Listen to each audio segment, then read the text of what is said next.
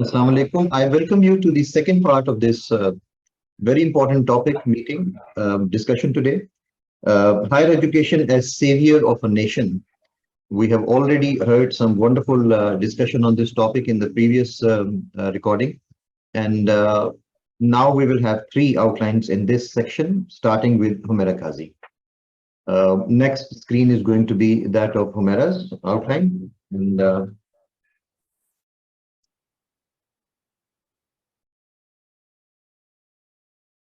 it's over to you, Humaira. Bismillah. अस्सलाम वालेकुम class. Sir ने टॉपिक दिया था ऐसे कि डिस्कशन में higher education as a saviour of nation. जैसे सर ने मीटिंग के स्टार्ट में भी बोला कि ये टॉपिक एक्सपोजिटरी सॉर्ट ऑफ है कि हम इसको आर्गुमेंट नहीं कर सकते, तो मैंने उस हवाले से इस टॉपिक को डिस्कस किया।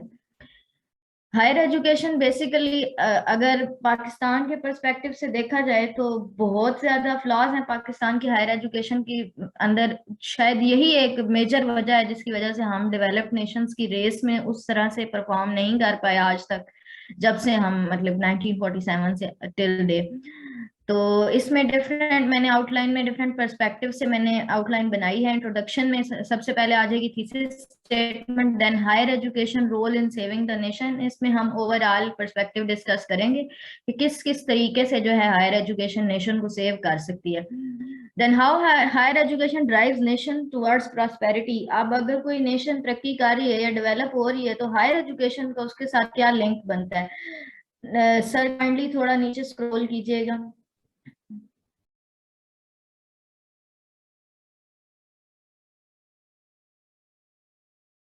Okay, higher education an effective source to political norms. Okay, all right. इसमें OECD 2012 जो है उसके अंदर एक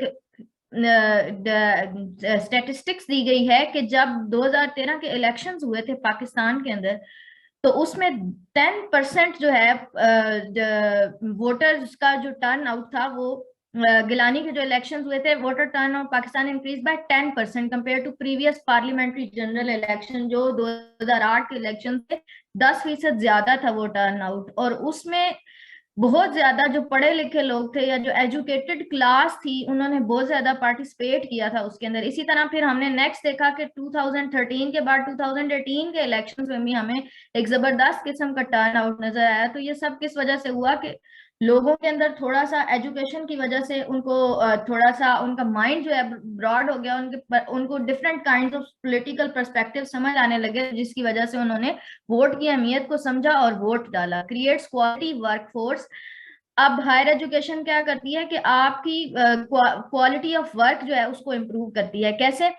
40% of manufacturers now have a college degree. इस वक्त दुनिया के अंदर 40% जो मैन्युफैक्चरर्स है ना वो एटलीस्ट कॉलेज की डिग्री रखते हैं। ये वॉल स्ट्रीट जर्नल के मुताबिक एक स्टैटिस्टिक्स है। Drives innovation. अब हायर एजुकेशन हमें इनोवेशन की तरफ लेकर जाती है। किस तरह से? हमने देखा कि बड़ी बड़ी जो इकोनॉमीज हैं या बड़े बड़े जो डेवलप्ड नेशंस हैं, British universities contribute 95 billion pounds to the country's economy. अब जो ब्रिटिशर्स की यूनिवर्सिटीज हैं वो 95 बिलियन पाउंड्स जो है वो सिर्फ यूनिवर्सिटीज को ग्रांट करेंगे। इसी तरह 25 बिलियन डॉलर ऑस्ट्रेलिया दे रहा है। यूनाइटेड स्टेट जो है 591 बिलियन डॉलर जो है उसकी यूनिवर्सिटीज जो है उनको मिल रहा है।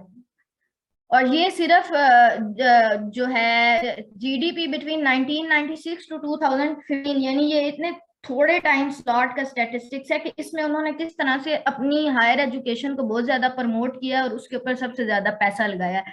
Boost graduate earning power. अब हायर एजुकेशन क्या करती है कि आपको एक तो आपका माइंड, जैसे मैंने पहले बोला कि एक तो आपका माइंड ब्रॉड करती है, दूसरा आपकी अर्निंग पावर को इनहेंस करती है। किस तरह से? कि मिशिगन के अंदर कॉलेज की डिग्री है उसमें 5,04,136 पर ईयर जो है वो कॉलेज की डिग्री वाले लोग जो है वो अर्न कर रहे हैं। तो इससे क्या होता है? आपकी स्टेट को फायदा होता है। अल्टीमेटली जब अच्छी अर्निंग हो रही है तो वो अर्निंग के ऊपर आप टैक्स पे करेंगे। जब टैक्स पे करेंगे तो वो स्टेट का फायदा होगा। Difference of over 17 with only high school diploma, Michigan has an average salary। सिर्फ हाई स्कूल डिप्लोमा जिसको हमारे यहाँ जो FSC मतलब या आप हायर सेकेंडरी स्कूल सर्टिफिकेट कह लें, उसमें 37,495 डॉलर्स जो हैं वो मिल रहे हैं।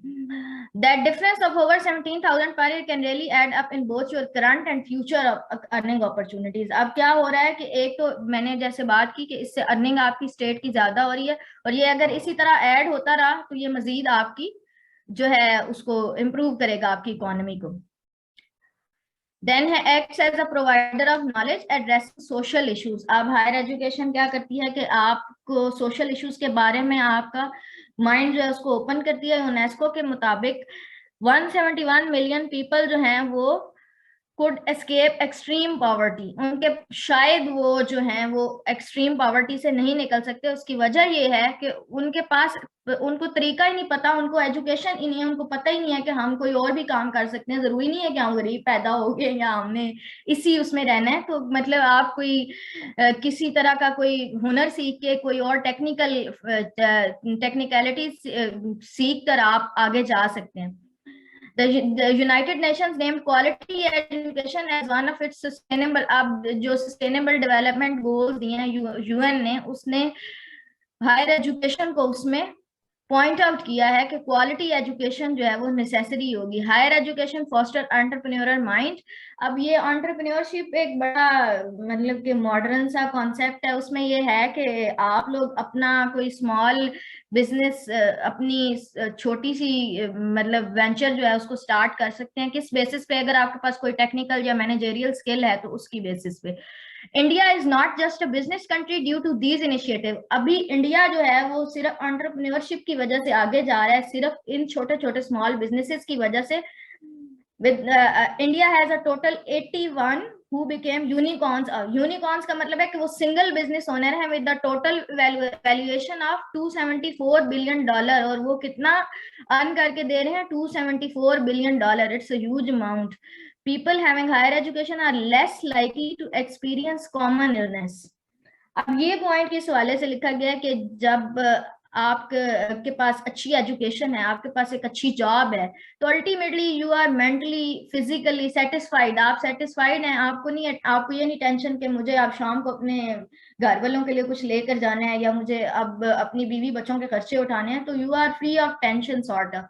तो अब उससे क्या होता है कि इलनेस जो है उसका रेशो कम हो जाता है। High school graduates are about 4% less likely to face unemployment than those without a diploma, while college graduates are 8% less likely. तो इससे क्या हुआ कि 62.7% employed adults reported that they were in excellent and very good health, कि उनकी health condition जो थी वो बहुत अच्छी थी। तो अल्टीमेटली जब उनकी हेल्थ कंडीशन अच्छी है तो वो बेहतर तरीके से परफॉर्म कर सकेंगे और बेहतर तरीके से स्टेट को या अपनी नेशन को सर्व कर सकेंगे और उसको सेव कर सकेंगे। अब उसमें केस स्टडी है पाकिस्तान की कि पाकिस्तान के अंदर हायर एजुकेशन के क्या क्या फ्लॉज थे जिसकी वजह से हम आज तक जो है आगे नहीं जा सके। तो उसमें सबसे पहले governance and organisational structural issues. हमारे यहाँ गवर्नेंस के बहुत ज्यादा इश्यूज हैं। गवर्नेंस के इशू किस तरह हैं कि यूनिवर्सिटीज के जो वाइस चांसलर्स हैं उनको अपॉइंट किया जाता है, मतलब उनको जो सूबे की सतह पर होते हैं उनको अपॉइंट करते हैं जी वजीर आला या जो भी चीफ मिनिस्टर होते हैं।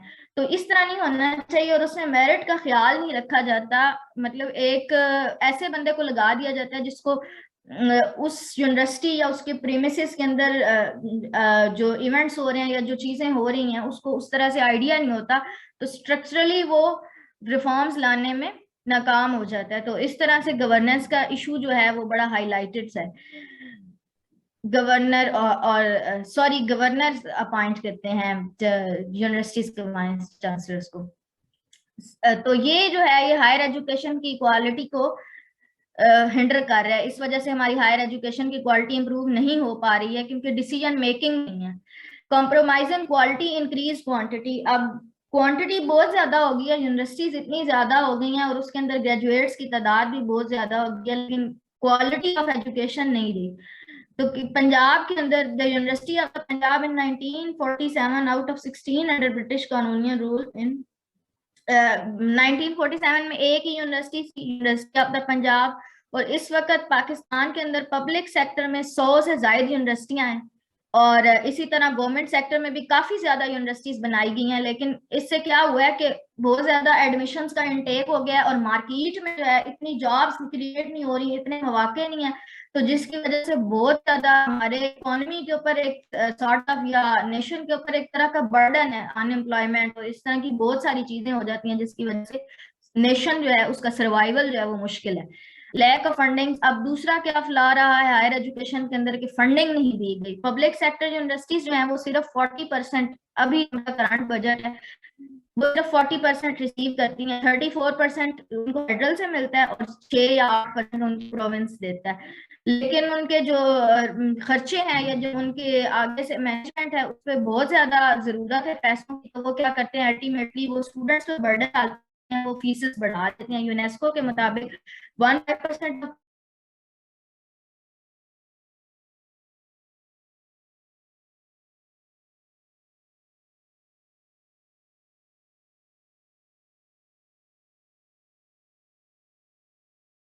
Okay sir, okay. यूनेस्को के मुताबिक ओनली 1.5% जो पुअर लोग हैं ना वो अपनी हायर सेकेंडरी या हायर लेवल की एजुकेशन जो है उसको कंप्लीट करते हैं। अब पाकिस्तान के केस में देखें तो फिजिकल ईयर 22 से 23 तक हमने सिर्फ 30 बिलियन रुपीस जो हैं वो दिए हैं यूनिवर्सिटीज को, and 41 billion for development expenses to public universities, और 41 बिलियन हमने पब्लिक सेक्टर यूनिवर्सिटीज को दिए हैं। अब मैं यहाँ पे एक छोटी सी बात मेंशन, अपनी यूनिवर्सिटी का नाम तो नहीं लूंगी, बट उनके साथ सेम यही केस है कि whenever we talk to them कि हमें ये चीज चाहिए या हमें इस चीज की जरूरत है रिसर्च लैब में या हमें ये चीजें करके दें, they continuously use to say that हमारे पास फंड्स नहीं है, हमारे पास पैसे नहीं है, और हर साल जो है उन्होंने फीस के अंदर कम से कम 20 से 30% जो है वो इजाफा किया। तो ये बात है कि जब आप यूनिवर्सिटीज को फंड नहीं दिया था तो वो सारा बर्डन जो है स्टूडेंट्स के ऊपर डाल देते हैं। पुअर रिसर्च क्वालिटी, अब रिसर्च क्वालिटी बहुत, रिसर्च बेसिकली जैसे आपने सर बोला कि रिसर्च आपको इनोवेशन की तरफ ले जाती है। जब आप कोई नई रिसर्च ही नहीं करेंगे, किसी नई चीज को एक्सप्लोर नहीं करेंगे, तो how would you become in the race of developed nation. Pakistan research publication count increase from 1000 to 12,000 per year 2002 से 2019 तक, यानी इतनी ज्यादा पब्लिकेशंस आ रही हैं बट उनमें कुछ नहीं है।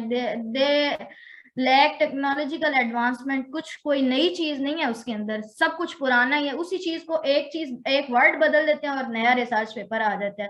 यूनिवर्सिटीज के प्रोफेसर्स का आजकल भी यही हो रहा है कि पाकिस्तान के अंदर ज्यादातर प्रोफेसर्स जो हैं वो अपनी जो रिसर्च पब्लिकेशंस हैं उनमें कोई इनोवेशन नहीं ला रहे, बस अपना थोड़ा बहुत काम मॉडिफाई करके उसको, सिर्फ उनको प्रमोशन की नीड होती है कि हमारी प्रमोशन हो जाएगी तो बस रिसर्च पेपर की HEC की रिक्वायरमेंट।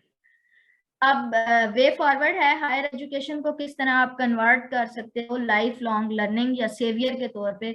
सबसे पहले है promote relevant learning. Relevant learning को प्रमोट करें, ऐसी लर्निंग को जो आपको एम्प्लॉयमेंट भी दे, जो आपकी नीड्स भी पूरी करे और आप अपनी स्टेट को या अपनी नेशन की प्रॉस्पेरिटी के अंदर अपना रोल प्ले कर सकें। सर थोड़ा सा नीचे कर दें।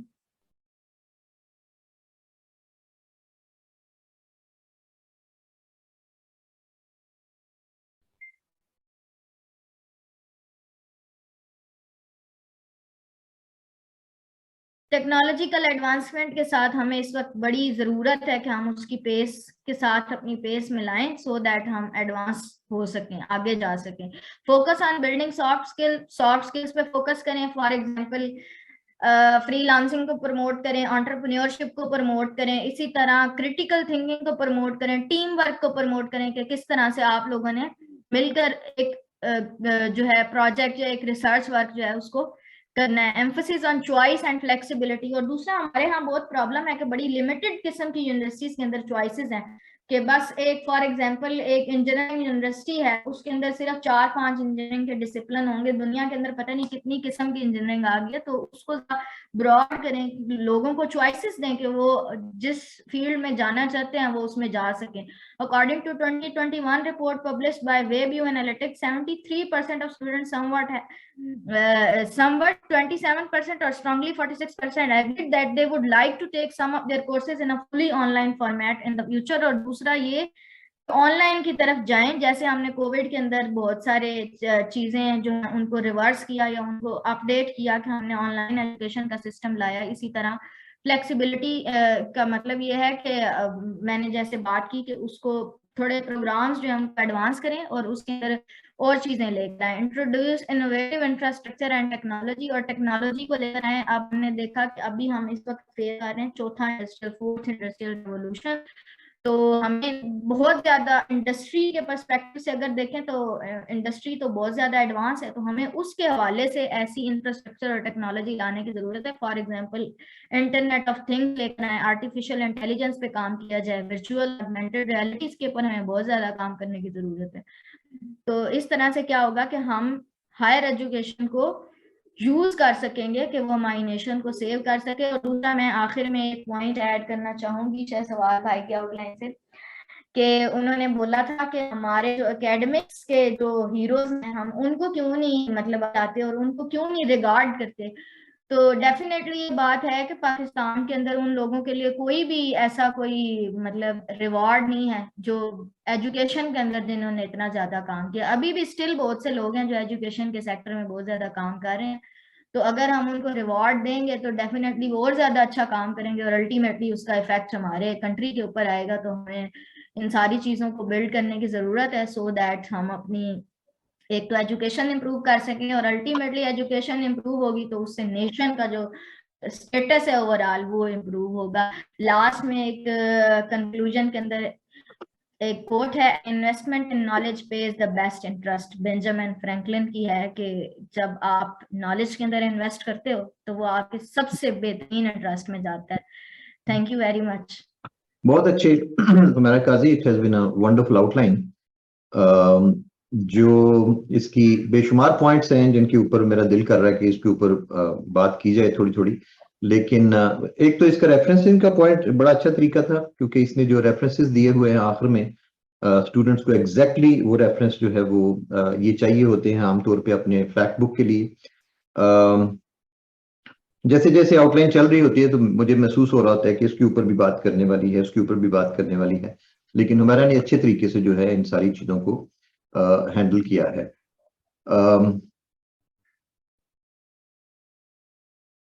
इस आउटलाइन के बारे में जो स्पेशल चीज थी वो जो मैंने शुरू में मेंशन किया था इनके साथ जब ये आउटलाइन मुझे आ रही थी, कि पाकिस्तान का हमने सिर्फ कंपैरिजन हम देंगे। अब काफी सारे लोग जो जो जो चैट में जो मैसेजेस भेज रहे हैं उसमें बार बार कह रहे हैं कि पाकिस्तान कैसे, पाकिस्तान ऐसे। हमें ये ख्याल रखना है इस आउटलाइन के अंदर, इस टॉपिक के अंदर, कि ये तो हमें पता है already, we know that what are the problems that we have in higher education in Pakistan, we know them. So हम अगर बार बार उन्हीं को रिपीट करते रहेंगे तो that is going to be of no use. हमारा काम है इस टॉपिक के जरिए उन मॉडल्स को भी लर्न करना, वो उन चीजों को भी लर्न करना कि जिनकी एक्चुअली आपको जरूरत है। You are all educated people माशाल्लाह। तो फिर अगर तो हम माजी की तरफ देखते रहेंगे तो आप अपनी यूनिवर्सिटीज को क्रिटिसाइज करते रहेंगे। लेकिन इस एस्से का और इन सारी आउटलाइंस का मेन पर्पज ही ये है कि हमें भाई वो चीजें भी तो दिखाए ना कि हाँ हायर एजुकेशन एक्चुअली कैसे होनी चाहिए, और अगर ऐसी होगी तो उसके जरिए पाकिस्तान के अंदर क्या चेंज लाई जा सकती है। तो इसका मुझे एक जरूरत थी कि कोई इस किस्म का कोई काम किया जाए जिसके जरिए स्टूडेंट जो हम लोग जो आप लोग जो हैं जो हायर एजुकेशन रिसीव की हुई है, आपको कम से कम ये तो नजर आए ना कि हायर एजुकेशन एक्चुअली होनी कैसे चाहिए। तो अगर उसने इंटेलेक्चुअल ग्रोथ नहीं की हायर एजुकेशन, तो बार बार हम यही कहते रहे जी नहीं की नहीं की नहीं की, तो that is I don't think मेरा as a teacher, as a professor, as a mentor, मेरा ये रोल हो कोई काबिल सताइश होगा। My part is to tell you something which is not ideal, but it is actually being applied in the practical world also, which I have seen while working in 7 or 8 countries abroad. तो इन students ने बड़े अच्छे तरीके से वो सारी चीजें highlight की हैं जिनकी हमें यहाँ पे जरूरत है। फर्स्ट स्टेप देखो, अब आप कहेंगे कि सर ये तो सारा कुछ हमारे मुल्क में तो हो ही नहीं रहा, और करेगा कौन? I don't agree with this. Awareness is always the first step. You are the ones who are going to do it. Never think that you as individuals are going to be good for nothing. Never think about this. तो मेरा अपना mic mute कीजिएगा please. आपको अगर पता चल गया है ना कि ये चीज ऐसे है, तो बस यहां से फिर जर्नी स्टार्ट होता है चेंज का भी। ये मैं हमेशा एम्फसाइज करता हूं कि सिर्फ इस चीज पे नहीं पड़ा रहना चाहिए कि जी हमारी कौन सुनता है। आप अपनी सुनते हैं, बस आप अगर अपनी सुनते हैं ना, तो फिर आप अपनी थिंकिंग को भी चेंज करेंगे, आप अपनी आइडियाज को भी चेंज करेंगे, and that is how the change is brought in the society. Change बाहर से नहीं आती, चेंज हमेशा अंदर से आती है। Awareness is the first step. Thank you very much. जितनी हमसे हो सके करो तो सही ना, मैं भी चुप करके बैठा रहूं like most of the other people कि जी इस सारी डिस्कशन का क्या फायदा, पता नहीं ये इस तरह की ऐसे लिख भी सकते हैं कि नहीं वहां पे उसमें एग्जामिनेशन में, या मैं सिर्फ इनको रखूं कि जी सिर्फ एग्जामिनेशन का रिजल्ट जो था उसका लिखो ना जरा इस किस्म की चीज वहां पे, फिर देखो ना जरा रिजल्ट किस तरह आते हैं तुम्हारे। सो बेटा इस चीज को समझने की जरूरत है हमें कि हम हर वक्त जो है माजी को लताड़ते रहे तो हमारे अंदर एजुकेटेड लोगों में और वो जो चाय की दुकान पे बैठे हुए लोग जो सियासत पे डिस्कशन कर रहे हैं उनमें डिफरेंस क्या है। So there should be a difference between you the educated youth and those who are not educated. आपका काम है लीडरशिप, आप रास्ता दिखाएंगे कि सोच पाकिस्तानी की कैसे होनी चाहिए। Thank you. Okay, we will move on to the next person. This is Zoya Shafkat. आज पहली दफा जो है वो कर रहे हैं इसके ऊपर, आज प्रेजेंट कर रही हैं इस फोरम से, और next on the screen it would be her outline and it would be over to Zoya Shafqat. जी जोया शफकत, बिस्मिल्लाह। अस्सलाम वालेकुम एवरीवन। आज का जो हमारा टॉपिक है ऐसे डिस्कशन के लिए वो है higher education as the saviour of a nation. इसके अंदर आउटलाइन में सबसे पहले है इंट्रोडक्शन, और उसमें थीसिस स्टेटमेंट के अंदर मैंने बताया है कि हायर एजुकेशन किस तरीके से किसी भी सोसाइटी के अंदर एक पॉजिटिव रोल प्ले करती है, लोगों के अंदर अवेयरनेस लेकर आती है और लोगों के अंदर मॉडर्नाइजेशन लेकर आती है, जिसकी वजह से एक ओवरऑल पॉजिटिव चेंज आता है। उसके बाद नेक्स्ट पॉइंट है कि हायर एजुकेशन का किस तरीके से वो एक नेशन को सेव करती है। उसके बाद नेक्स्ट पॉइंट में हम देखेंगे कि हायर एजुकेशन किस तरीके से सोसाइटी के अंदर डिफरेंट एस्पेक्ट्स में चेंज लेकर आती है, जिसकी वजह से कंट्री के अंदर डेवलपमेंट आती है। उसमें हमारा पॉइंट ए ये है कि हायर एजुकेशन किसी भी कंट्री के अंदर टेक्नोक्रेट्स को प्रोड्यूस करती है। टेक्नोक्रेट्स जो हैं वो अपनी एक्सपर्टीज की बेस के ऊपर ओवरऑल एक पॉजिटिव चेंज लेकर आते हैं, पॉलिसी मेकिंग करते हैं, जिसकी वजह से कंट्री के अंदर प्रोग्रेस आती है। इसके अंदर हमारे पास एग्जांपल है चाइना की। चाइना जो है वर्ल्ड की एक सेकंड बेस्ट इकोनॉमी है और इन नियर फ्यूचर जो है वो यूएसए को भी सरपास कर जाएगी। उसके अंदर ये है कि चाइना के अंदर टेक्नोक्रेसी को जो है वो प्रोड्यूस किया गया है और उसी को फॉलो किया जाता है, और सॉफ्ट टेक्नोक्रेसी की बेस के ऊपर चाइना जो है वो फर्दर मूव कर सकता है। उसके बाद हमारे पास नेक्स्ट पॉइंट है बी, जिसके अंदर ये है कि किस तरीके से हायर एजुकेशन लोगों के अंदर पॉलिटिकल अवेयरनेस लेकर आती है, जिसकी बेस के ऊपर लोग जो हैं वो अपना पॉलिटिकल राइट यूज करते हैं, सही लोगों को आगे लेकर आते हैं और ओवरऑल पॉजिटिव चेंज आता है पूरी सोसाइटी के अंदर। इसके अंदर हमारे पास एग्जांपल है यूएसए की कि 2016 के अंदर और 2020 के अंदर यूएसए के अंदर एक पॉजिटिव चेंज आया लोगों के अंदर। उन्होंने अपना पॉलिटिकल राइट यूज किया और वो था हायर एजुकेशन की वजह से कि वहाँ पर हायर एजुकेटेड जो लोग थे उनके अंदर वोटिंग टर्नआउट जो है वो इंक्रीज हुआ। उसके बाद हमारे पास सी पॉइंट ये है कि हायर एजुकेशन की वजह से लोगों के अंदर स्किल पैदा होती है और स्किल जो लोग होते हैं उनकी अर्निंग पावर जो है वो इंक्रीज होती है। इसके अंदर हमारे पास फिर एग्जांपल आ जाती है कि किस तरीके से जो हमारी अब डेवलपिंग इकोनॉमीज हैं, जैसे कि कोरिया है, सिंगापुर है, चाइना है, जापान है, जो कि वर्ल्ड के अंदर टॉप पर जा रही हैं, ये वो सारी हैं जो जहाँ पर स्किल्ड जो हैं वो लोग वहाँ पर प्रोड्यूस किए गए हैं, उनके अंदर अर्निंग पावर इंक्रीज हो रही है और ओवरऑल जो है वो कंट्री के अंदर डेवलपमेंट इंक्रीज हो रही है। इसके अंदर फिर ये है कि मास्टर डिग्री होल्डर जो हैं वो ज्यादा अर्न करते हैं एज कम्पेयर टू वो जो कि बैचलर डिग्री होल्डर हैं। उसके बाद नेक्स्ट पॉइंट है हमारे पास डी, जिसके अंदर हम ये देखते हैं कि किस तरह हायर एजुकेशन जो है वो नॉलेज बेस्ड इकोनॉमी को प्रोड्यूस करती है। जितनी भी वर्ल्ड की टॉप इकोनॉमीज हैं उसके अंदर नॉलेज बेस्ड इकोनॉमी जो है वो उसको प्रोड्यूस किया जा रहा है और उसकी बेस के ऊपर वो आगे बढ़ रही हैं। इसके अंदर हमारे पास एग्जांपल आ जाती है कि कोरिया के अंदर, सिंगापुर के अंदर, चाइना के अंदर, जापान के अंदर, इंडोनेशिया, ये वो कुछ कंट्रीज हैं जहाँ पर नॉलेज बेस्ड इकोनॉमी जो है उसको बूस्ट किया जा रहा है। उसके अंदर फिर हमारे पास ये है जैसे साउथ कोरिया, जिसका हमें पता है कि वो 1950s के अंदर एक ऐसा कंट्री बन गया था अपनी वॉर की वजह से कि जो कि फुली कम्प्लीटली जो है डिस्ट्रॉय हो गया हुआ था। लेकिन with the passage of time उन्होंने अपनी एजुकेशन के ऊपर वर्क किया और अब जो साउथ कोरिया है वो टॉप कंट्रीज के अंदर आता है, जिसके अंदर उसकी मेजर रीजन यही है कि उन्होंने अपनी एजुकेशन के ऊपर वर्क किया है। उसके बाद हमारे पास नेक्स्ट पॉइंट ये है कि वुमेन एम्पावरमेंट को जो है वो हमें इंक्रीज करती है। हायर एजुकेशन किसी भी सोसाइटी के अंदर अवेयरनेस लेकर आती है कि किस तरीके से वुमेन जो है वो पॉजिटिव रोल प्ले कर सकती हैं। अब जितने भी हम कंट्रीज देखते हैं उसके अंदर जितनी मैन की पॉपुलेशन है तकरीबन उतनी ही वुमेन की पॉपुलेशन भी है, जैसे कि पाकिस्तान के अंदर भी है। और अगर वुमेन की जो है पार्टिसिपेशन उतनी ही इंक्रीज होगी, उनके अंदर उतनी ही एम्पावरमेंट होगी, तो ऑटोमेटिकली कंट्री जो है वो एक डेवलपमेंट की तरफ जाएगा। इसके अंदर हम एग्जांपल देखते हैं यूएसए के अंदर कि वहां पर कॉलेज एजुकेटेड जो वर्क फोर्स है उसके अंदर वुमेन जो है वो उससे एज कम्पेयर टू मैन जो है वो बाय 2019 अब ज्यादा हो चुकी हैं। और यूएसए की जो इकोनॉमी है वो बूस्ट कर रही है और उसके अंदर मेजर रोल जो है वो वुमेन प्ले कर रही है। इसके बाद हमारे पास नेक्स्ट पॉइंट ये है कि हायर एजुकेशन किसी भी सोसाइटी के अंदर जो है वो एजेंट ऑफ चेंज जो है उसका रोल प्ले करती है।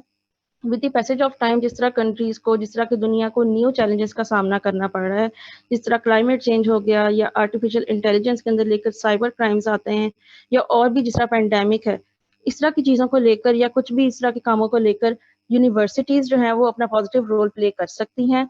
वो एक एजेंट ऑफ चेंज जो है वो सोसाइटी के अंदर वो बन सकती हैं। इसके अंदर हमारे पास एग्जाम्पल आ जाती है जिस तरह के वेस्टर्न यूनिवर्सिटी इन कनाडा है जो कि अपनी एफर्ट्स जो है वो प्रोड्यूस कर रही है इरेडिकेट करने के लिए पॉवर्टी को।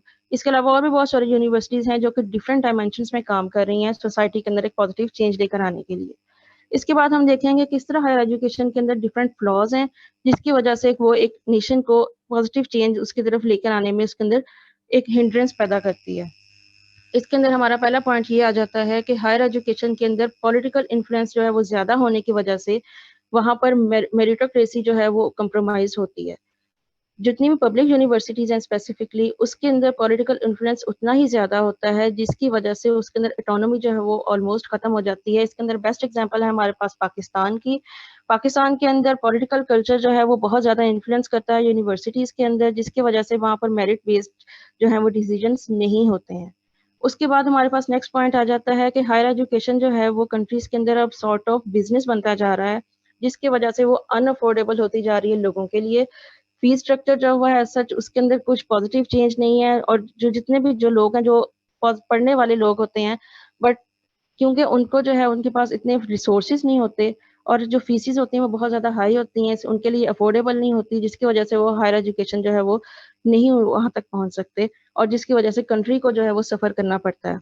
इसके अंदर हमारे पास एग्जाम्पल आ जाती है यूएसए की। कि यूएसए के अंदर 2010 के अंदर जो है वो ऑलमोस्ट यूनिवर्सिटी की जो फीस होती थी वो $27,056 थी पर ईयर। लेकिन अब जो है करंटली वो $30,000 से जो है वो ज्यादा हो चुकी है, जिसके अंदर हम देखते हैं कितना ज्यादा शार्प चेंज आया है कि जो एजुकेशन है वो अनअफोर्डेबल होती जा रही है लोगों के लिए। उसके बाद हमारे पास नेक्स्ट पॉइंट ये है कि हायर एजुकेशन के अंदर जो है वो वुमेन को रिस्ट्रिक्ट किया गया है, खास तौर पे जो अगर हम बात करते हैं पाकिस्तान की, जिस तरह की पाकिस्तान की पेट्रियाटिक सोसाइटी है वहां पर जो है वो वुमेन जो है उनको आगे आने से रोका जाता है, खास तौर पर एजुकेशन के मामले के अंदर।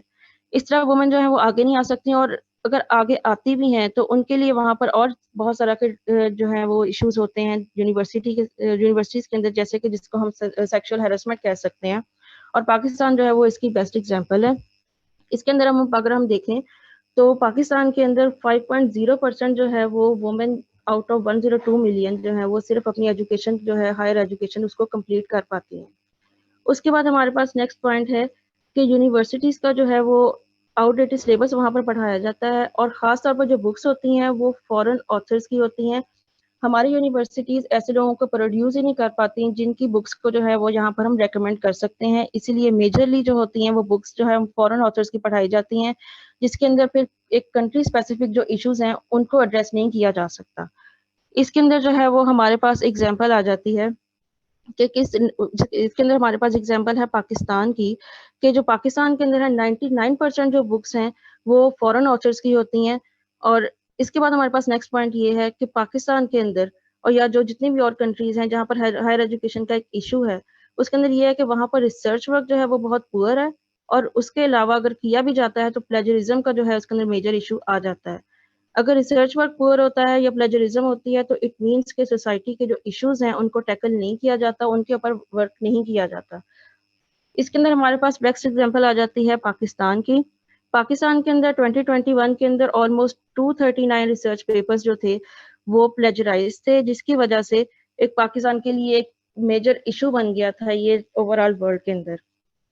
इसके बाद हम देखते हैं कि अच्छी जो यूनिवर्सिटीज हैं जहाँ के ऊपर अच्छी एजुकेशन दी जाए उसकी कमी है, जिसकी वजह से इस तरह के कंट्रीज जहाँ पर अच्छी एजुकेशन नहीं दी जाती, हायर एजुकेशन, उनके लिए एक इशू बन जाता है। इसके अंदर हम एग्जांपल देखते हैं पाकिस्तान की। क्यूएस वर्ल्ड यूनिवर्सिटी रैंकिंग 2023 के अंदर टॉप 500 के अंदर पाकिस्तान की जस्ट 3 यूनिवर्सिटीज हैं एज कम्पेयर टू इंडिया, जिसके अंदर 9 यूनिवर्सिटीज आती हैं टॉप 500 के अंदर। यही एक मेजर डिफरेंस है पाकिस्तान की और इंडिया की इकोनॉमी के अंदर कि इंडिया किस तरीके से आगे प्रोग्रेस कर रहा है बट पाकिस्तान नहीं कर पा रहा है। उसमें मेजर इशू यही है कि पाकिस्तान ने अपनी हायर एजुकेशन के ऊपर इतना ज़्यादा वर्क नहीं किया। इसके बाद हम देखते हैं कि हायर एजुकेशन के जो फ्लॉज हैं उनको हम किस तरीके से दूर कर सकते हैं, जिसकी वजह से वो एक पॉजिटिव रोल प्ले कर सकती है किसी भी नेशन को सेव करने के लिए। इसके अंदर हमारे पास फर्स्ट पॉइंट ये आ जाता है कि हायर एजुकेशन के लिए हमें एक अच्छा बजट जो है उसको एलोकेट करने की ज़रूरत है, जो कि उसको सिलेबस को उसके अपडेट करने के लिए, उसकी रिसर्च वर्क के लिए और उसके बाकी सारी चीज़ों के लिए उसको यूटिलाइज किया जा सकता है।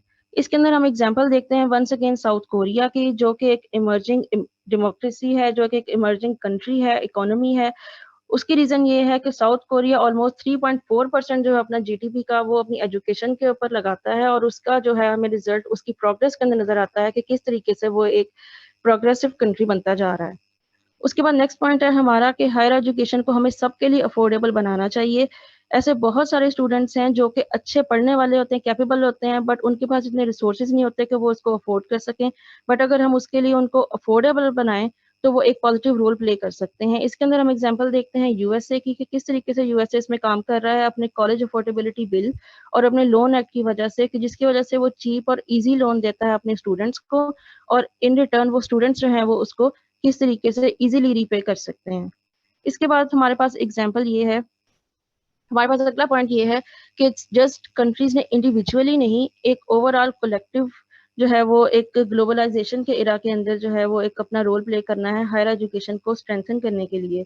इसके अंदर जो हमारी रीजनल ऑर्गेनाइजेशन है वो अपना एक मेजर रोल प्ले कर सकती हैं। उसके अंदर हमारे पास बेस्ट एग्जांपल आ जाती है आसियान की। आसियान कंट्रीज जो हैं वो मिलकर अपना एक रोड मैप जो है उसको प्रोड्यूस कर रहे हैं। जितने भी कंट्रीज जो है कि आसियान के अंदर इंक्लूडेड हैं वो आपस में अपने हायर एजुकेशन सिस्टम को जो है वो एक दूसरे के साथ शेयर करते हैं और इस वजह से जो है उनके अंदर हायर एजुकेशन का सिस्टम जितने भी कंट्रीज हैं उसके अंदर वो बूस्ट करता है। उसके बाद हमारे पास नेक्स्ट पॉइंट आ जाता है कि हायर एजुकेशन जो है वो उसके अंदर एक यूनिवर्सिटी और इंडस्ट्री का कोलैबोरेशन की और पार्टनरशिप के एक फैक्टर को जो है वो हमें हाईलाइट करना चाहिए। जस्ट हम लोगों ने एक जो लोगों को एजुकेशन ही नहीं दे देनी, उनको जो है वो इंडस्ट्रीज के साथ और उनको एंटरप्रेन्योरशिप के साथ जो है वो हमने कनेक्ट भी करना है। उसके अंदर उसके लिए ज़रूरी है कि यूनिवर्सिटीज़ को जो है वो डायरेक्टली इंडस्ट्रीज़ के साथ जो है वो इन कॉन्टैक्ट लेकर आया जाए, ताकि जितने भी वहाँ पर स्टूडेंट्स हैं या जितने भी वहाँ पर लोग हैं उनको पता लग सके कि इन रियल टाइम किस तरीके से वो अपनी स्किल्स को यूज कर सकते हैं। इसके अंदर हमारे पास फिर वंस अगेन एग्जांपल आ जाती है पाकिस्तान की। पाकिस्तान की यूनिवर्सिटी नस्ट, जो कि अस्करी बैंक के साथ, मैकडोनल्ड्स के साथ, ओकरा के साथ, उनके साथ उसके कोलैबोरेशन है। वहाँ पर जितने भी स्किल्ड लोग होते हैं वहाँ पर वो अपनी अपनी स्किल्स को जो है वो यूटिलाइज करते हैं। उसके बाद फिर हमारे पास नेक्स्ट पॉइंट आ जाता है कि वुमेन को अगर हमने आगे लेकर आना है अपनी यूनिवर्सिटीज के अंदर और अपनी हायर एजुकेशन के अंदर, तो उसके लिए ज़रूरी है कि हम उनके लिए ऐसी पॉलिसीज बनाएं जिसकी वजह से उनके लिए ये सारा कुछ करना इजी हो जाए। उसके लिए बेस्ट ये है कि एंटी हैरेसमेंट पॉलिसीज जो हैं वो बनानी चाहिए ओवरऑल कंट्रीज के अंदर भी, यूनिवर्सिटीज के अंदर भी। पाकिस्तान के अंदर जो है वो HAC के अंदर उन्होंने एक पॉलिसी बनाई है कि हायर एजुकेशन के अंदर कि किस तरीके से हैरेसमेंट को वो खत्म कर सकते हैं। ये जस्ट एक HAC की तरफ से हो गई। उसके अलावा जो यूनिवर्सिटीज हैं वो अपनी अपनी भी इस तरह की पॉलिसीज बनाती हैं जिसकी वजह से वो वुमेन को आगे लेकर आती हैं। इसके अंदर हमारे पास जो है एक वो रियल टाइम एग्जांपल ये है कि अगस्त 2011 के अंदर कायद आज़म यूनिवर्सिटी के अंदर एक लेक्चरर को और एक कंट्रोलर एग्जामिनेशन को उन्होंने जो है वो उनको रिटायर किया था फोर्सफुली, और उसकी रीजन ये थी कि उनके ऊपर केस था सेक्सुअल हैरेसमेंट का। अगर इस तरीके के प्रैक्टिकल हम स्टेप्स लेते हैं तो ऑटोमेटिकली लोगों को, खासतौर पे फीमेल्स को आगे आने का मौका मिलेगा, जो कि किसी भी कंट्री की डेवलपमेंट के लिए एक पॉजिटिव रोल प्ले करेंगी। उसके बाद हमारे पास पॉइंट आता है कि with the passage of time, जिस तरह के कंट्रीज के अंदर, जिस तरह के वर्ल्ड के अंदर जो है वो सिनेरियोस चेंज हो रहे हैं, उसके हिसाब से हमें एजुकेशन के अंदर अपने सिलेबस को और अपने करिकुला को, उसको भी एडवांस करने की, उसको रिवाइज करने की ज़रूरत है। और इसी तरह हमें अपने रिसर्च मैकेनिज्म को, उसको भी बेहतर बनाने की ज़रूरत है, बिकॉज इन्हीं चीज़ों की बेसिस के ऊपर किसी भी सोसाइटी के अंदर डिफरेंस आ सकता है, किसी भी सोसाइटी के अंदर पॉजिटिव चेंज लेके आया जा सकता है। इसके अंदर हम एग्जाम्पल लेंगे पाकिस्तान की। पाकिस्तान के अंदर HEC ने जो है वो अपना करिकुलम डिवीजन है उसका, उसके अंदर उन्होंने ये हर 3 साल के बाद अपने करिकुला को जो है वो उन्होंने रिवाइज करना होता है। और उसके बाद हमारे पास नेक्स्ट एग्जांपल ये आ जाती है कि पाकिस्तान डिफरेंट इसके अंदर प्रोग्राम्स जो हैं वो रिवाइज करने के लिए वो शुरू किए हैं, जिसके अंदर एग्जांपल आ जाती है national research programme for universities की। ये तो इसकी इंडिविजुअल होगी। उसके अलावा जो फॉरेन कंट्रीज हैं लाइक USA और दूसरे कंट्रीज, जिसके अंदर हमारे पास एग्जाम्पल आती है Pakistan US joint research programme की। बाकी कंट्रीज के साथ मिलकर पाकिस्तान जो है वो एक पॉजिटिव रोल प्ले कर सकता है, अपनी करिकुला को एडवांस कर सकता है और लोगों के लिए प्रोग्रेसिव चेंज लेकर आ सकता है इसके अंदर। तो इसके साथ ही कंक्लूजन है। Over to you sir, thank you. Zoya Shafkat, wonderful. मैं यही सोच रहा था कि this is a new discovery for us, this person. जितनी खूबसूरती से तुमने इस टॉपिक को, इतनी ज्यादा इंफॉर्मेशन को हैंडल किया है, wonderfully done. I'm full of praise for your work, and you're getting a lot of appreciation in your chat box also. बीच में एक जो था, फरा महबूब ने एक पॉइंट दिया था चैट में कि अकाउंटेबिलिटी भी हो. How and up to what extent funds have been used efficiently, and whether aim has been achieved effectively by bringing improvement in value. एक पॉइंट जो है वो मैं मेंशन करना चाहूंगा, ये जो लास्ट पॉइंट है, एंश्योर रिवाइज करिकुलम. हाँ, यकीनन HEC की तरफ से मौजूद हैं ये चीजें कि जी नेशनल करिकुलम रिवीजन कमेटी हर 3 साल बाद आपने करना होता है, national research programme for universities मौजूद है, टेक्नोलॉजी डेवलपमेंट फंड मौजूद है और कोलैबोरेटिव रिसर्च मौजूद है. लेकिन इन तमाम इनिशिएटिव्स को बाईपास करना कितना आसान और कन्वीनियंट होता है, ये शायद एक मेजर रीजन है जो मैंने, जिस वजह से जो इसका जो फरा महबूब का पॉइंट उठाया है कि अकाउंटेबिलिटी कौन करेगा, HEC की अकाउंटेबिलिटी कौन करेगा कि ये वाली आपने बना तो दिए initiatives, but whether they are fulfilling. हाँ, फुलफिल अगर सिर्फ कागजी हद तक हो तो उसको करना बड़ा आसान होता है, लेकिन एक्चुअली उनका इफेक्ट आपको यूनिवर्सिटीज में कहाँ नजर आ रहा है. हालांकि इन इनिशिएटिव्स को 10-10, 12-12 साल, 15 साल हो गए हैं स्टार्ट हुए, लेकिन एक तरफ ये कहा जा रहा है कि हर 3 साल बाद सिर्फ करिकुलम रिवाइज होता है, और एक तरफ हमें 100% स्टूडेंट्स ये कहते नजर आते हैं कि obsolete work, obsolete syllabus, outdated syllabus. और आप रिवाइज करके क्या एक आउटडेटेड सिलेबस की जगह पे एक और आउटडेटेड किताब लगा रहे हैं? क्या ऐसा हो रहा है कि जिसका मतलब एक 1936 की बुक थी तो आप हमने रिवाइज करके 1939 की बुक लगा दिए? Is this what you mean by revision of curriculum? इसके ऊपर कोई भी पढ़ा लिखा पाकिस्तानी डेफिनेटली क्वेश्चन करेगा आपसे. Don't think that we Pakistanis are still कुएं के मेंढक. सोशल मीडिया का दौर है, हमारे बहुत ज्यादा लोग जो हैं वो बाहर पढ़ भी रहे हैं, पढ़ के आ भी रहे हैं, और फिर अपने मुल्क को जब देखते हैं. Without going into this discussion too much, एक बात जो मैं कहूंगा, जवाब नहीं बेटा, आपकी जो है नेक्स्ट आउटलाइन है और वो लास्ट होगी. एक बात मैं स्टूडेंट कहना चाहूंगा रिलेटेड, जैसे मैंने इस आउटलाइन से पहले जो बात की थी, स्टूडेंट मुझे पूछ रहे हैं कि जी हम क्या कर सकते हैं एज अ सिंगल पर्सन. मेरे नजदीक तुम लोगों का सिर्फ एक काम है, यू आर अ वोटर. आवाज उठाओ, मेरा वोट मिलेगा जो एजुकेशन को ठीक करेगा. सादा सी बात.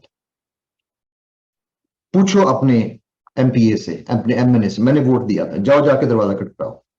डरते किस चीज हो? गार्ड से डरते हो? मैं वोटर हूं, मैंने आवाज उठानी है. और जब तुम्हारा दरवाजा नहीं कोई खोलता, कोई तुम्हारी कॉल सुनने को, तुम्हारा MPA MNA नहीं करवाने को तैयार, वीडियो डालो सोशल मीडिया के ऊपर.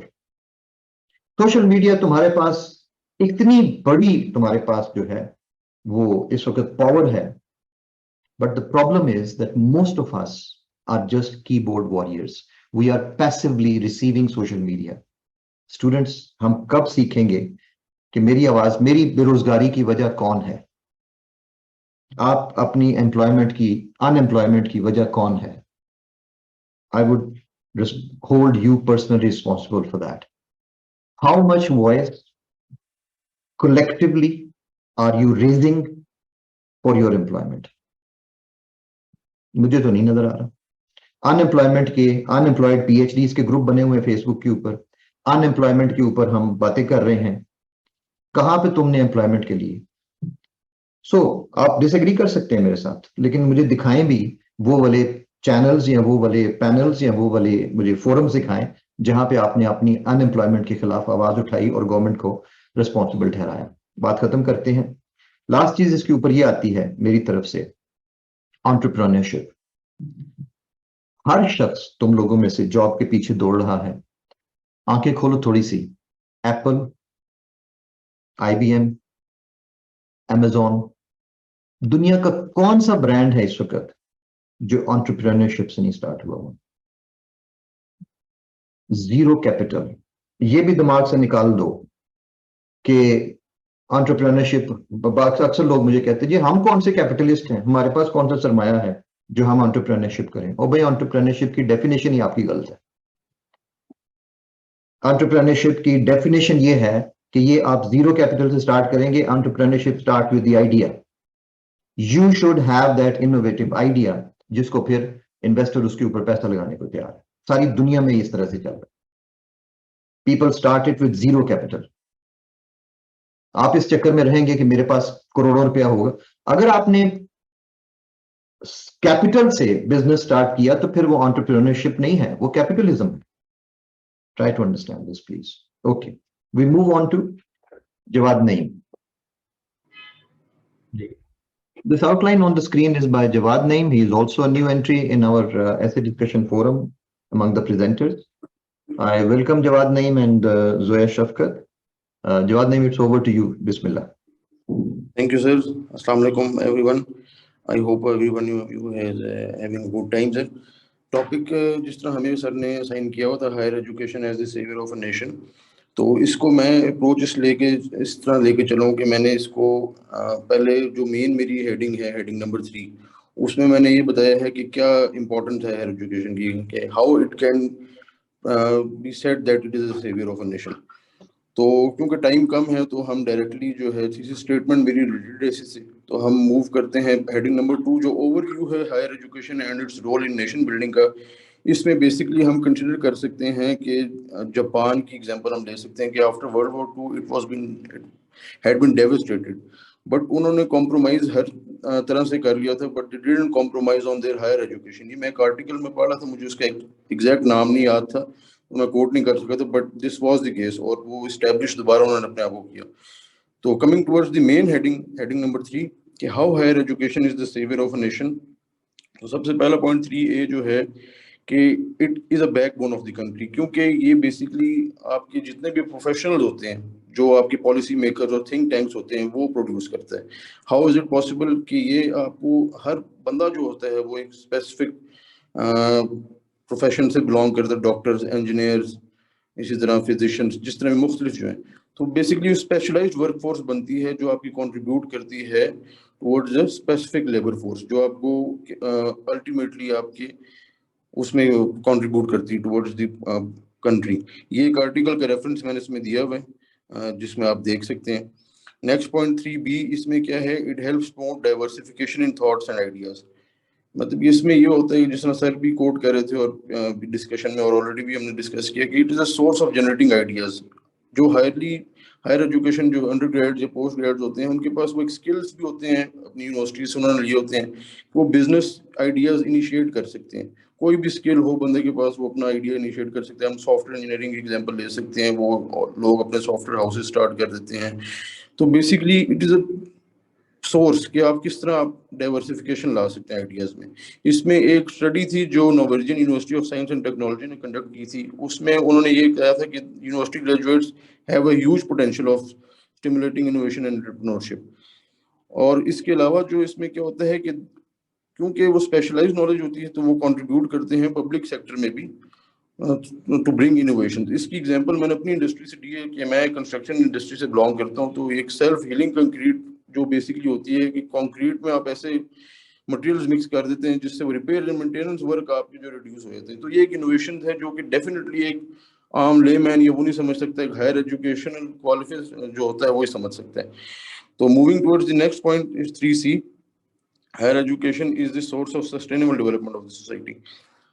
ये मेरे और अब जो ऊपर वाले 2 पॉइंट्स उससे लिंक कर रहा है कि क्योंकि आपकी सोर्स ऑफ इनकम एक सिक्योर हो जाते हैं तो एक सोसाइटी में एक सस्टेनेबल डेवलपमेंट रहती है कि हायर एजुकेशन जो यूनिवर्सिटी ग्रेजुएट्स होंगे वो they are less dependent on other welfare social welfare programs because they are themselves skillfully qualified and they can earn themselves through entrepreneurship and other ways by good jobs and many other things। तो इसमें UNESCO की एक article था, उसमें उन्होंने ये बताया था कि universities play an important role in sustainable development of the society as their focus is based on research and training. दूसरा इसमें मैंने एग्जांपल जो दूसरा रेफरेंस कोट किया है वो भी एक स्टडी से था कि OECD की कि people with higher education are much less dependent on welfare programmes. वो भी बल्कि वो कंट्रीब्यूट करते हैं towards welfare programmes for others for uplifting the minor segments of the society. तो ये भी एक सस्टेनेबल डेवलपमेंट एक सोसाइटी में लेके आती है higher education. Sir please scroll down sir कीजिएगा। जो मेरा नेक्स्ट पॉइंट है 3D, उसमें ये बेसिकली है कि हायर एजुकेशन सिटीजन्स को रिस्पॉन्सिबल एक जिम्मेदार शहरी भी बनाता है। इसमें जिस तरह ये एक आउटलाइन डिस्कस हो रही थी आई गेस उसामा की थी, जिसमें उन्होंने अल खिदमत वाला रेफरेंस कोट किया था फ्लड के हवाले से कि वहाँ पे 70% जो थे वो इंजीनियर्स और डॉक्टर्स थे। तो ये एक प्लस पॉइंट मुझे सिर्फ अपनी आउटलाइन में मिल गया था। मैंने जब इसमें ये देखा था तो वर्ल्ड बैंक की और British household panel survey था कि जो यूनिवर्सिटी स्टूडेंट्स होते हैं they are more likely to join the social organisations for bringing social change and social betterment in the society, क्योंकि वो यूनिवर्सिटीज में भी स्टूडेंट्स इन्वॉल्व होते हैं ऐसी सोसाइटीज में। तो ये एक्चुअली उनकी पर्सनैलिटी डेवलपमेंट वो चीज लाती है जो कि वो फिर कंट्रीब्यूट करते हैं overall in the society. Next point is 3E कि ये हायर एजुकेशन जो है it contributes towards economic uplift of the country. इसकी एग्जांपल तो ये खुद ब खुद ही एक सेल्फ एक्सप्लेनेटरी हेडिंग है कि सोर्स ऑफ इनकम इससे बेहतर होती है, हाईली स्किल्ड प्रोफेशनल्स बनते हैं। तो all together these things contribute towards betterment of the society. Higher educational जो स्टूडेंट्स होते हैं जो यूनिवर्सिटी ग्रेजुएट्स होते हैं they are likely to earn more than the ones with intermediate education. तो ये वर्ल्ड बैंक की स्टडी ने भी इस बात को कंडक्ट किया था। तो ये कहा था कि स्टूडेंट विद टर्शियरी एजुकेशन मतलब कि higher education degree in the region will earn more than twice as much as a student with just a high school diploma over a lifetime. इसी तरह हम एग्जांपल ले सकते हैं US UK की, जहाँ पे यूएस रैंकिंग्स में सबसे ज्यादा उनकी यूनिवर्सिटीज की रैंकिंग्स हैं, तो वहाँ पे वेज रेट भी इसीलिए ज्यादा है। तो gradually they are economically developed countries. Next point is 3F, higher education is a source of technological military advancement and space exploration.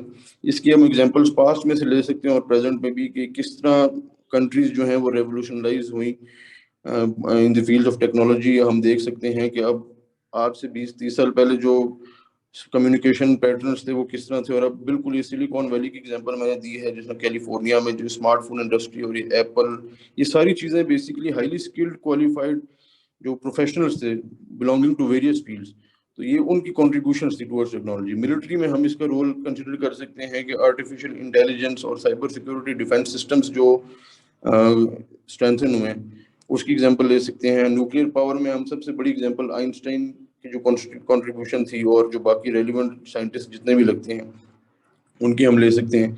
Space advancement में भी इस तरह की एग्जांपल मैंने मेंशन की भी आप देख सकते हैं। जो नेक्स्ट पॉइंट है वो 3G है कि higher education is a source of strengthening relationship between states.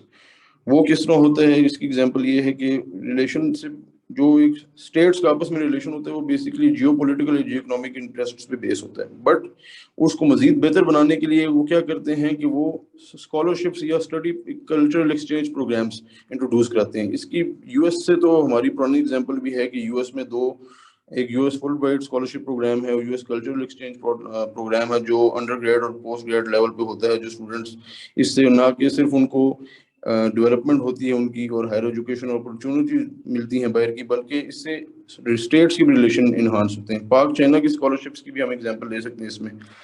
Last point जो इसमें है कि how it is a saviour, कि it can help to effectively manage events of emergency and natural disasters.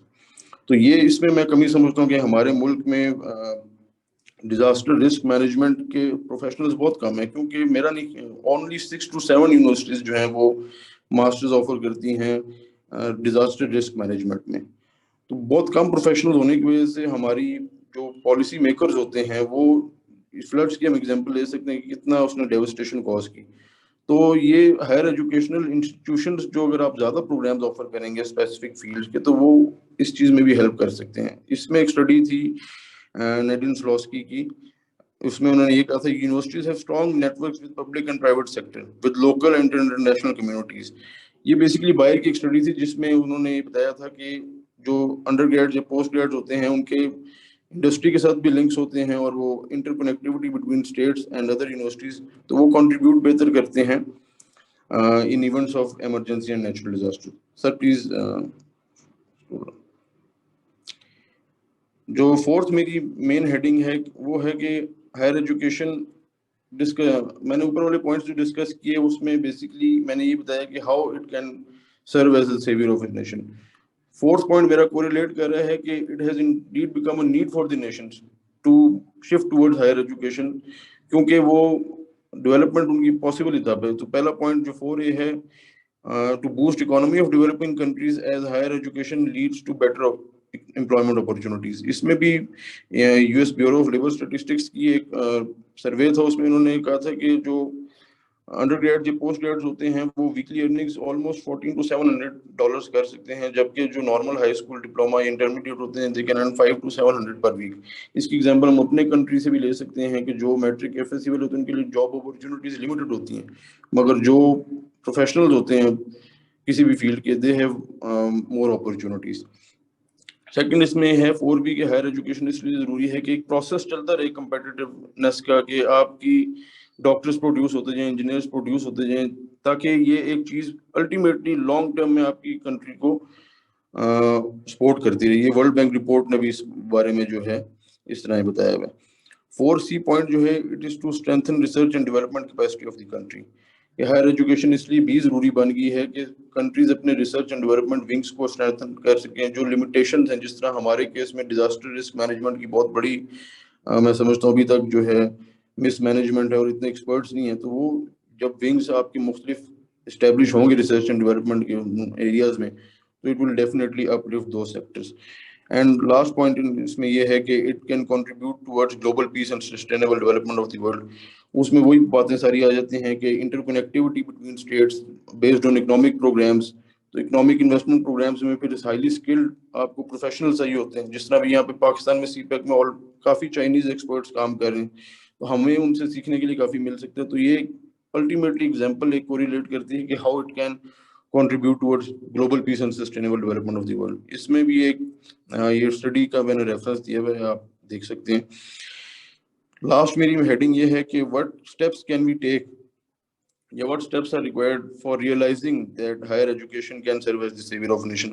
इसमें सबसे पहले वर्ल्ड नेशंस, जो global Nations हैं, उनको चाहिए कि वो सस्टेनेबल डेवलपमेंट गोल्स जो हायर एजुकेशन से रिलेटेड उन पे कमिटमेंट, डेवलप्ड कंट्रीज का बहुत बड़ा रोल है कि SDG गोल 4 और उसका स्पेसिफिकली 4.3 क्लॉज जो है वो डिफाइन करता है कि equal access to affordable technical vocational and higher educational for all by 2030।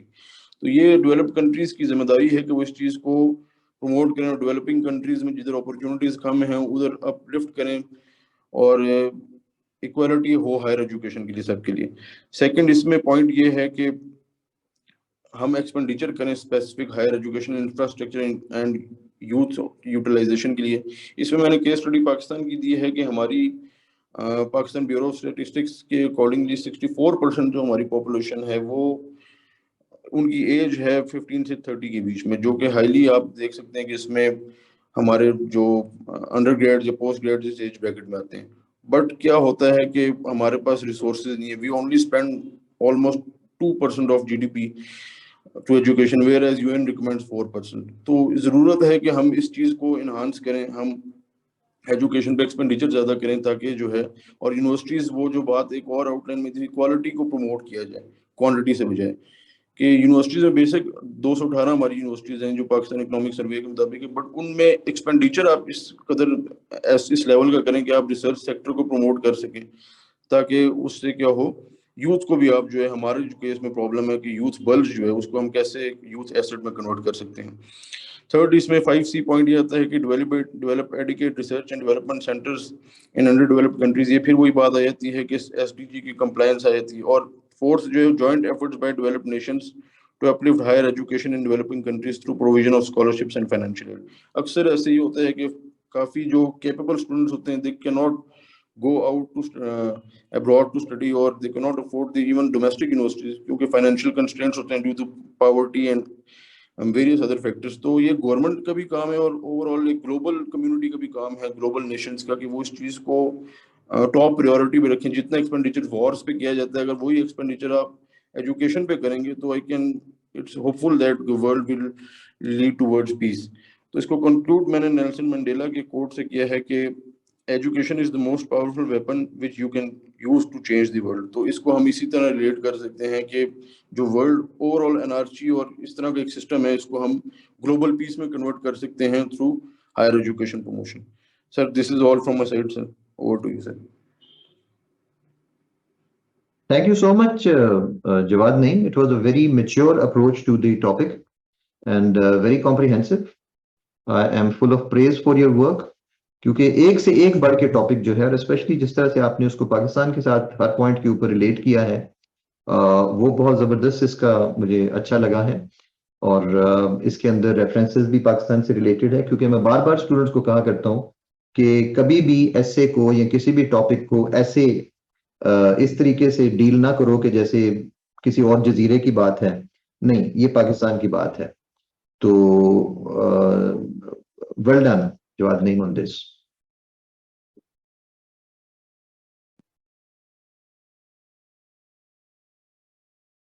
Okay, students, we come to the end of this wonderful session.